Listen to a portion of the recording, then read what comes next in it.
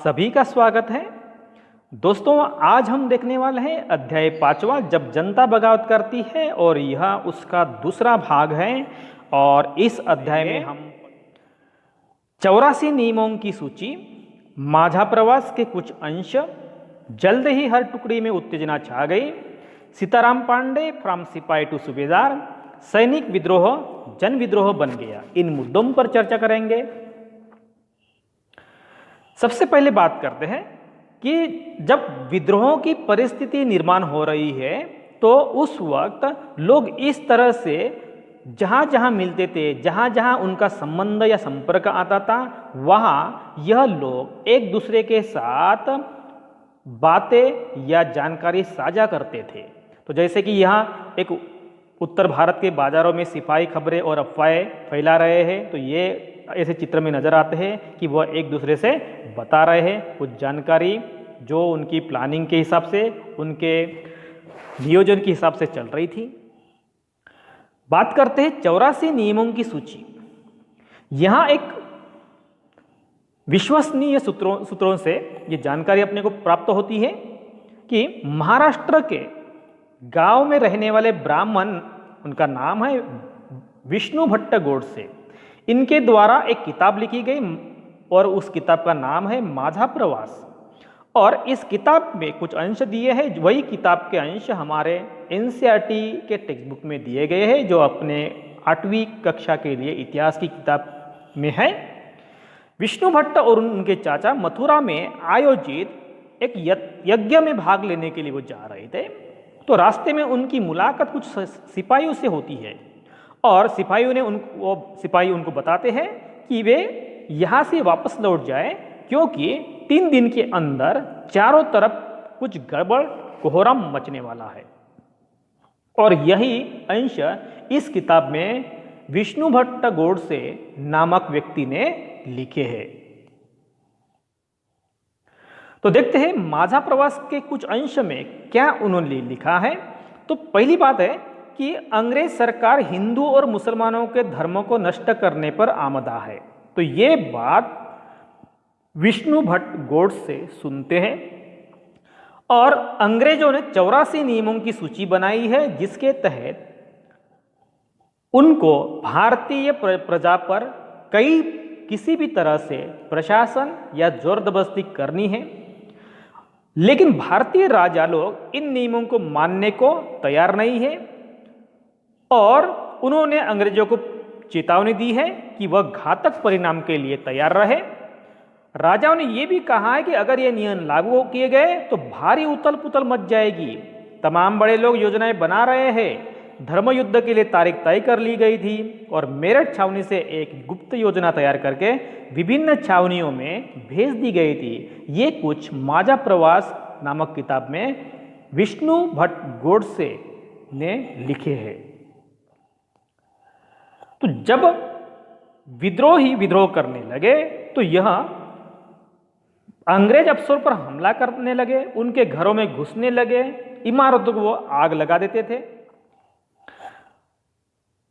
और दूसरा एक उदाहरण अपने को पढ़ने को मिलता है कि सूबेदार सीताराम पांडे, इनके कुछ संस्मरण है। तो ये सूबेदार सीताराम पांडे कौन थे, उनकी जानकारी पहले लेते हैं। ये सूबेदार सीताराम पांडे 1812 में बंगाल नेटिव आर्मी में सिपाही के तौर पर भर्ती किए गए थे। 48 साल तक उन्होंने नौकरी की और 1860 में वो सेवानिवृत्त रिटायर्ड हो गए। उन्होंने बगावत को दबाने में ब्रिटिश लोगों की मदद की थी, लेकिन उनका बेटा विद्रोही के साथ था और इसीलिए अंग्रेजों ने उसे सीताराम की आंखों के सामने ही मार डाला था। जब वो सेवानिवृत्त हो गए तो उनके सामने उनके कमान अफसर नॉर्गेट उन्हें अपने संस्मरण लिखने के लिए उनको प्रोत्साहित किया और सीताराम ने 1861 में अवधी भाषा में अपने संस्मरण उन्होंने लिखा। नॉर्गेट ने उन्होंने अंग्रेजी अनुवाद किया और उसका नाम है फ्रॉम सिपाही टू सूबेदार के नाम से वह प्रकाशित करवाया गया। और इस तरह से सीताराम पांडे ने अपने संस्मरण में इस विद्रोह की जानकारी लिखी है। सीताराम पांडे क्या कहती है अपने किताब में, देखिए कि मेरा मानना है कि अवध पर हुए कब्जे से सिपाहियों के भीतर गहरा अविश्वास भर गया था और वे सरकार के खिलाफ साजिशें रचने लगे थे। अवध के नवाब और दिल्ली बादशाह के नुमाइंदों को सेना की नब्ज जानने के लिए पूरे भारत में भेज दिया गया है। उन्होंने सिपाहियों की भावनाओं को और हवा दी। उन्होंने सिपाहियों को बताया कि विदेशियों ने बादशाह के साथ कितना बड़ा धोखा किया है। उन्होंने हजार झूठ गढ़ डाले और सिपाहियों को अपने मालिकों अंग्रेजों के खिलाफ बगावत करने के लिए उकसाया ताकि दिल्ली में बादशाह का दोबारा गद्दी पर बैठाया जा सके।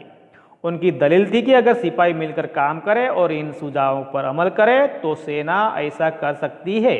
तो ये है सीताराम पांडे के संस्मरण में लिखे गए कुछ अंश।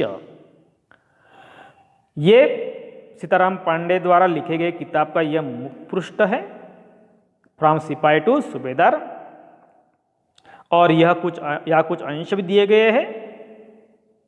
अभी देखिए कि सीताराम पांडे अपने संस्मरण में लिखते हैं कि इसका तात्कालिक कारण क्या बन गया था। इसी समय सरकार ने हर एक रेजिमेंट में कुछ लोगों को नई राइफल इस्तेमाल करने के तरीके उनको बताए गए थे और उनको यह राइफलें चलाने के लिए उनको प्रशिक्षण भी दिया गया था। और इसी दौरान ये खबर फैल गई थी कि राइफलों में इस्तेमाल होने वाले जो कारतूस बने हैं वो गाय और सुअर की चर्बी से बनाए गए हैं और वह लेप चढ़ाया गया है। और जब वो कारतूस या राइफल का इस्तेमाल करते हुए कारतूसों को अपने मुंह से तोड़ना पड़ता है, जब यह खबर फैली तो हर एक रेजिमेंट में उत्तेजना का माहौल बन गया। कुछ लोगों ने कहा कि उनकी 40 साल की नौकरी में सरकार ने उनके मजहब को चोट पहुंचाने के लिए कभी कुछ नहीं किया था, लेकिन जैसा कि मैंने पहले ही जिक्र किया, अवध पर कब्जे के कारण सिपाही पहले ही गुस्से में थे। स्वार्थी लोगों ने फौरन यह कहानी गढ़ दी कि अंग्रेज तो सबको ईसाई बनाना चाहते हैं और इसीलिए उन्होंने ऐसे कारतूस तैयार किए हैं ताकि उन्हें इस्तेमाल करने से मुसलमान और हिंदू दोनों ही भ्रष्ट हो जाए। इस तरह से वह अपने संस्मरण में लिखते हैं। अभी सैनिक विद्रोह जन विद्रोह बन जाता। ये सैनिक विद्रोह नहीं बना या सैनिक विद्रोह नहीं रहा, अभी वह हर लोगों का विद्रोह बन गया और इसीलिए हम इसको बोलेंगे जन विद्रोह। तो बहुत सारे लोग क्या मानने लगे कि उनका जो शत्रु है एक ही है और वो है ब्रिटिश सरकार, और इसीलिए वे सभी कुछ ना कुछ करना चाहते थे। इस तरह की स्थिति में जब हालात पैदा हो गए थे अपने हाथ में लेने, और ये हालात अपने हाथ में लेने के लिए लोगों को संगठित होना पड़ता है। उन्हें संचार, पहलकदमी, आत्मविश्वास, इनका परिचय देना पड़ता है। 1857 के बगावत ने भारत में कंपनी का अस्तित्व ही खतरे में डाल दिया, क्योंकि यहाँ यह विद्रोह केवल सैनिकों के लिए सीमित नहीं है। तो यह विद्रोह किसान, आदिवासी, जमींदार, इन सब पर असर हो रहा है। समाज के विभिन्न तबकों के असंख्य लोग विद्रोही के तेवरों के साथ खड़े हुए, उनको सहयोग देने लगे और इस तरह से यह पूरा का पूरा जन विद्रोह बन गया है। ये चित्र क्रमांक 4 है। कैवेलरी लाइनों में युद्ध। 3 जुलाई 1857 को 3000 से ज्यादा विद्रोही बरेली से दिल्ली आ पहुंचे। उन्होंने यमुना को पार किया और ब्रिटिश कैवेलरी चौकियों पर धावा बोला और फिर यह युद्ध पूरी रात भर चला। तो इस तरह से सैनिक लोग ब्रिटिश ऑफिसर, ब्रिटिश प्रशासन को हिला रहे थे।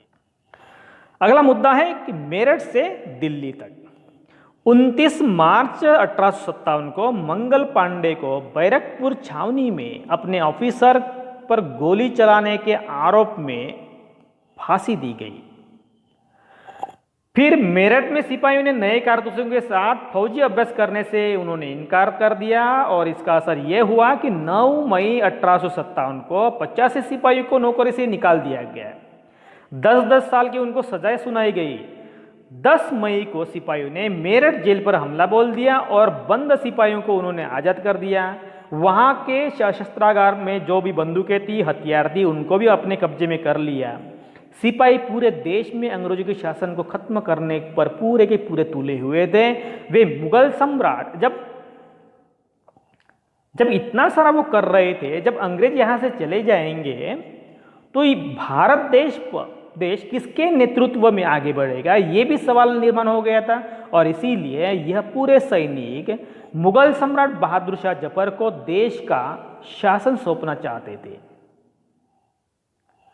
यह विद्रोही सिपाही मेरठ से दिल्ली की तरफ जब कूच कर रहे थे तब का ये चित्र है। दोस्तों, इसी के साथ हम यही रुकते हैं। इसी अध्याय का अगला हिस्सा हम नेक्स्ट वीडियो में देखेंगे।